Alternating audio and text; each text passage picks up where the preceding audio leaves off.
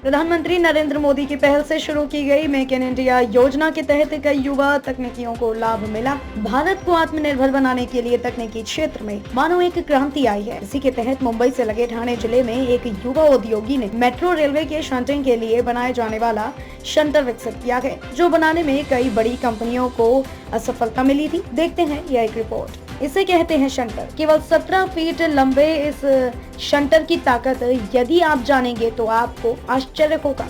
यह shunter 3000 kilo का वजन खींच सकता है। मेट्रो रेल के डिपो और रेलवे में शंटिंग के लिए पहले इंजन का उपयोग होता था। मेट्रो के डिपो में कई तरह के काम किए जाते हैं, इसीलिए डिपो में बिजली नहीं होती। ऐसे में अब तक डीजल इंजन का उपयोग होता है। ठाणे जिले के युवा उद्यमी नीलेश दीक्षित को इस समस्या का हल पता चला और उन्होंने नीदरलैंड की कंपनी की मदद से बैटरी से चलने वाला यह शंटर विकसित किया। इतना ही नहीं, यह शंटर रेल और रोड पर भी चलता है। मेक इन इंडिया के तहत बनने वाला यह देश का पहला शंटर है। पुणे मेट्रो को इस तरह के 2 शंटर दिए गए हैं और वहां पर इसका उपयोग किया जा रहा है। मुंबई मेट्रो ने भी एक शंटर की मांग की है। अब तक इस तरह के शंटर को आयात किया जाता था, लेकिन भारत में ही इसकी निर्मित होने की वजह से भारत अब 30 से 34% विदेशी चलन की बचत कर पा रहा है। ठाणे से अमृत शर्मा की रिपोर्ट। मेरा नाम नीलेश दीक्षित है। मैं रेनमैक इंडिया प्राइवेट लिमिटेड का मैनेजिंग डायरेक्टर हूँ और हमारी कंपनी मुंबई में बेस्ड है। हम लोगों ने भारत का पहला battery operated rail cum road shunter ये मेट्रोज़ के लिए बनाया है make in India joint venture में। जो भारत सरकार ने make in India policy announce की थी 2017 में, तो हम लोगों ने नीटेक नीदरलैंड्स की कंपनी है, उनके साथ जॉइंट वेंचर करके ये पहली बार रेल कम रोड शंटर बनाया है इंडिया में। पहले 2 शंटर हम लोगों ने पूना मेट्रो में सप्लाई किए। एक मुंबई मेट्रो लाइन 3 के लिए बन रहा है हमारे यहाँ पे, और अभी सारे मेट्रोज से हमारे शंटर का परफॉर्मेंस देखने के बाद काफ़ी हमको इसकी इंक्वायरीज़ आ रही है।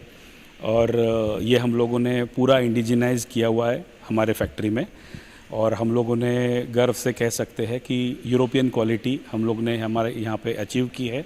और ये खाली हमारे भारत के मेंटेनेंस डेपोज़ या इंडियन रेलवेज़ में ही यूज़ के लिए नहीं है, ये यहाँ से एक्सपोर्ट भी किया जाएगा। जहाँ भी हमारे फॉरेन प्रिंसिपल्स को अगर भारत को एक मैन्युफैक्चरिंग बेस जहाँ भी उनको इफ़ेक्टिव लगता है, तो हम लोग यहाँ से उसको एक्सपोर्ट करेंगे। सर, इस फैक्ट्री में स्टार्ट करते कुछ दिक्कतें आई हैं? क्या दिक्कतें आई हैं? ऐसे बहुत ज़्यादा तो दिक्कतें नहीं, लेकिन ठीक है, मैन पावर हमारी काफ़ी अच्छी है। हमारे यहाँ पे वेल्डर्स को हमको ट्रेन करना पड़ा है, उनको क्वालिफाई करना पड़ा है अलग अलग स्टील ग्रेड्स, अलग अलग पोजीशन में वेल्डिंग के लिए। और हमारे फॉरेन प्रिंसिपल्स ने यहाँ पे पीरियोडिकली आके हमारे लोगों को असेंबली की ट्रेनिंग दी है। पेंटिंग जो है यूरोपियन क्वालिटी स्टैंडर्ड का, क्योंकि शंटर जो है ये बाहर के एटमॉस्फेयर में चलता है, तो पेंटिंग की क्वालिटी बहुत मायने रखता है। सो उन्होंने जो भी जिस तरीके से ट्रेनिंग दिया, उस तरीके से उस क्वालिटी का पेंटिंग स्टैंडर्ड्स हमने अचीव किया है।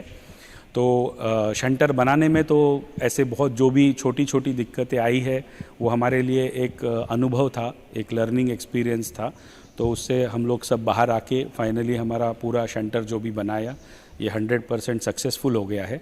और जो एक्चुअल जो अभी प्रैक्टिकल जो दिक्कतें आती है वो है स्टील अवेलेबिलिटी, क्योंकि ये सब स्पेशल ग्रेड के स्टील्स है जो नॉर्मली सेल, जिंदाल, टाटा ये लोग बनाते हैं।